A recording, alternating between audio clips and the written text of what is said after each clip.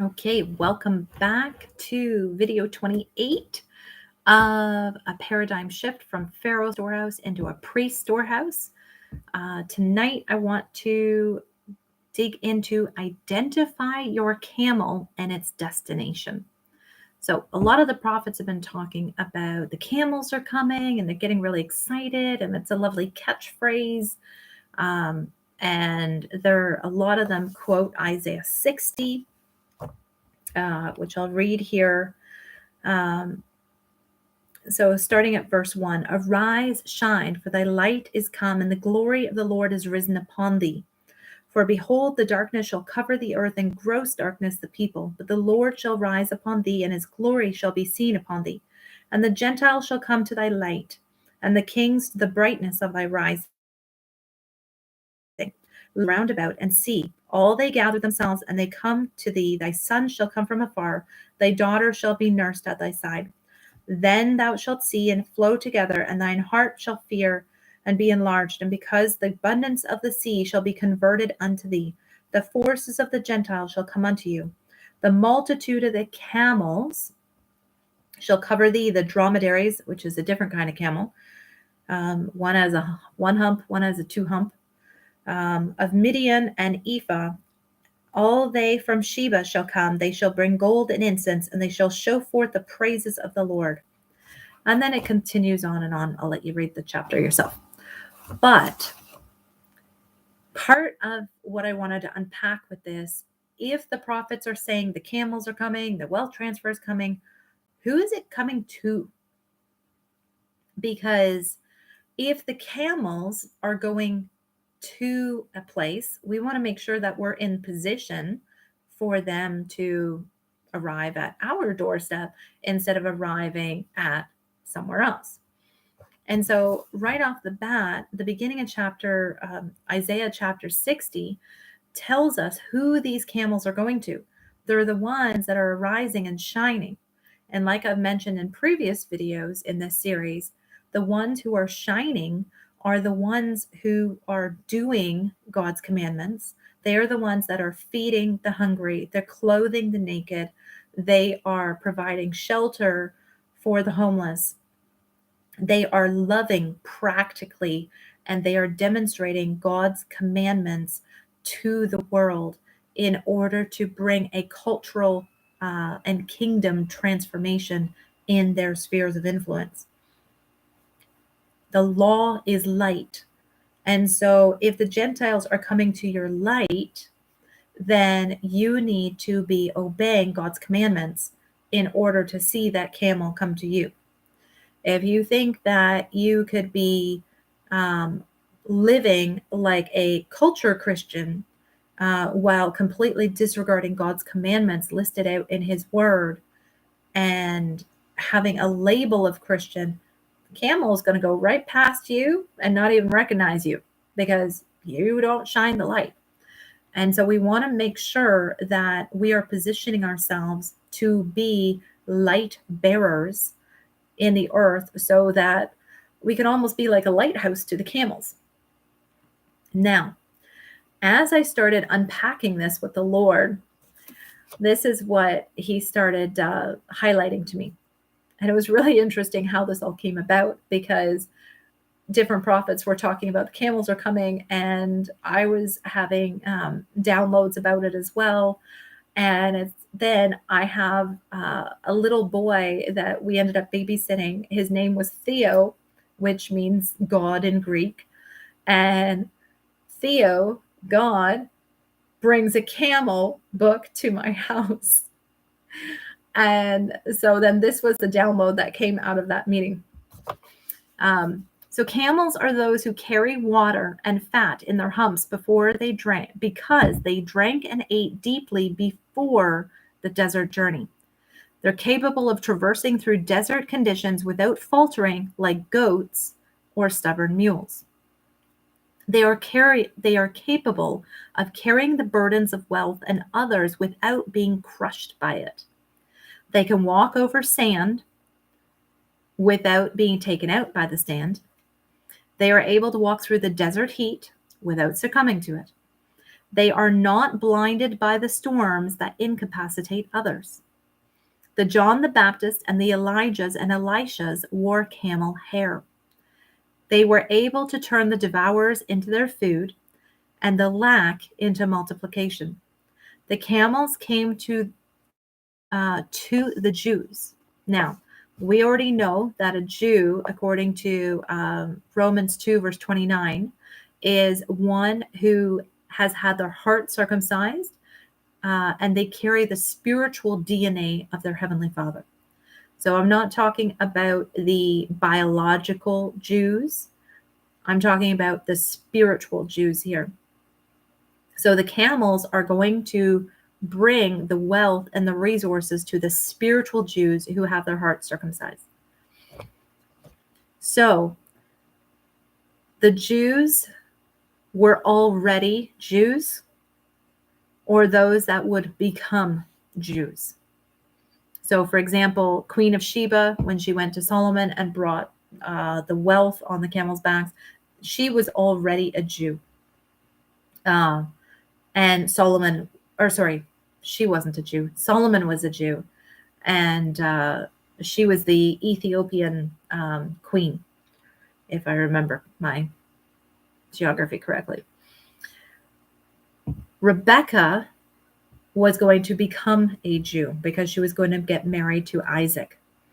And she was from the family lineage that Abraham had. And so Rebecca ended up marrying into the Jewish line. So are you able to recognize where the camels are in your midst? Because a lot of times when you start having the prophetic and they're talking about their symbolism and whatnot, you need the wisdom to unpack it. And there are people that could be the camels already in your midst, but if you don't recognize them, they will take their wealth and go somewhere else. And so if you go back to the video about identifying your resources and all of the wealth that people have at their fingertips, and a lot of times they don't even recognize it because they're thinking only finances. And so if you are able to spot your camel and you're able to pull on the resources that they are bringing to you, and then tapping into that multiplication, tapping into the status, the reputation, because in the olden days, camels were a lot of times equated with royalty. And so if there is royalty attached, that's another aspect of, is your camel recognizing the royalty and the wealth of royalty that they carry? And so the other thing that got highlighted is that the camels did not bring the wealth and distribute it to the paupers. And so this was an interesting thing because, like, especially in the prophetic circles, you hear so many people that are struggling with, they're complaining they can't pay their bills and they're drowning financially. And they're like, yes, the camels are coming. The camels are coming. The camels are not going to those people. If you search the patterns and the principles in scripture, the camels did not go to the paupers or to the destitute. They went to those who could minister to their needs. And so Rebecca was wealthy enough in character, strength, water, provender, lodging to be able to handle 10 camels. And so those camels didn't go to a poor little girl out in the shack in the middle of nowhere. She had an abundance of wealth already that they had developed on their own. And the camels were coming to bless her because she was a wise steward. Her family were wise stewards, and they were able to multiply what they already did have. And then the camels were not going to places where they would suffer lack and abuse but that they would be provided for with honor, where the wealth would be valued and stewarded and not plundered. So, if you recognize that your camel may be a person, are you a safe haven for that person who is carrying that wealth? Do you have a source of living water that continually flows that can end up being a blessing to that camel or to that person that needs a drink? Because after a long journey, their fat stores have been depleted.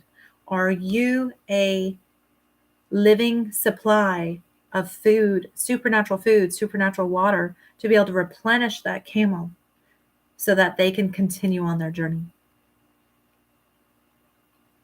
Have you learned to be a wise steward and grow what you've already been given? You get given 2 little quail. Are you able to multiply that to produce almost 4 million eggs in 15 months?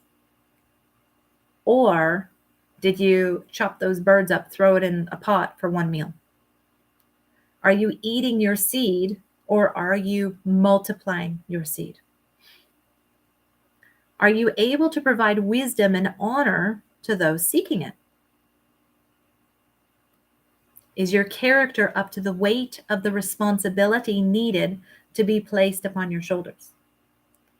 And character is not something that you can just snap your fingers with and poof, you've got it. It's something that has to be developed. It has to be cultivated intentionally in your life. And it requires testing seasons that will come. So, for example, I had somebody prophesy over me that I was going to be a pillar of a pier and that I would face a lot of severe storms. But God was doing it in processing me to be able to carry the weight of where I would eventually end up. And that he would have me on the front lines. So the picture was of a pier. And like if you look up Santa Monica Pier in California, where it goes out into the ocean and those big honking pillars going down into the ocean floor that are holding up that pier. And that as those hurricanes, well, over in California, they're not hurricanes, but if they have like big storms blowing in, those front pillars are the ones that take the worst of the bashing so that the ones behind them are not going to take as much of the brunt of the storm waves. And so those front piers, and God highlighted that the purpose of the storms were going to be to strengthen and to weather my character so that I would be able to carry the weight of that platform when it eventually did happen in my life. And so in order to develop character, you're going to have to go through testings and go through the process. Have you already done that in order to be a camel? Have you already done that to be at a place to receive a camel? And if you haven't, now you have your marching orders to start growing in your character. Like there are so many resources out there of like different character traits, different character quality books that you can dig into and be intentional to invest in developing your character. And then another one is, do you have a giving heart for hospitality? Because when those camels came, they need a safe place to bring their provision and a safe place to be able to rest. Because they've been on a long journey bringing that wealth, picking up the wealth, transporting the wealth to you. Are they able to find a place of hospitality where they could deposit that wealth in a place where they know it would be preserved, it would be protected? And so hopefully you have been prepared to be a destination for those camels. And some of you, God has been processing to be those camels. So when it comes to the priest storehouse, we need to be thinking on both sides, both identifying where the camels are, but then also on the financial side and even the spiritual side of being able to receive the wealth into those priest storehouses to then be the place to disseminate to the destitute and to the impoverished so that it can be wisely stewarded. Because if you have a ton of wealth coming in, then you are able to start disseminating it out to those that need it. So hopefully that gives you some wisdom on unpacking that little piece of prophetic slogans and ends up giving you motivation to get into position to be able to receive from what the prophets have been talking are coming.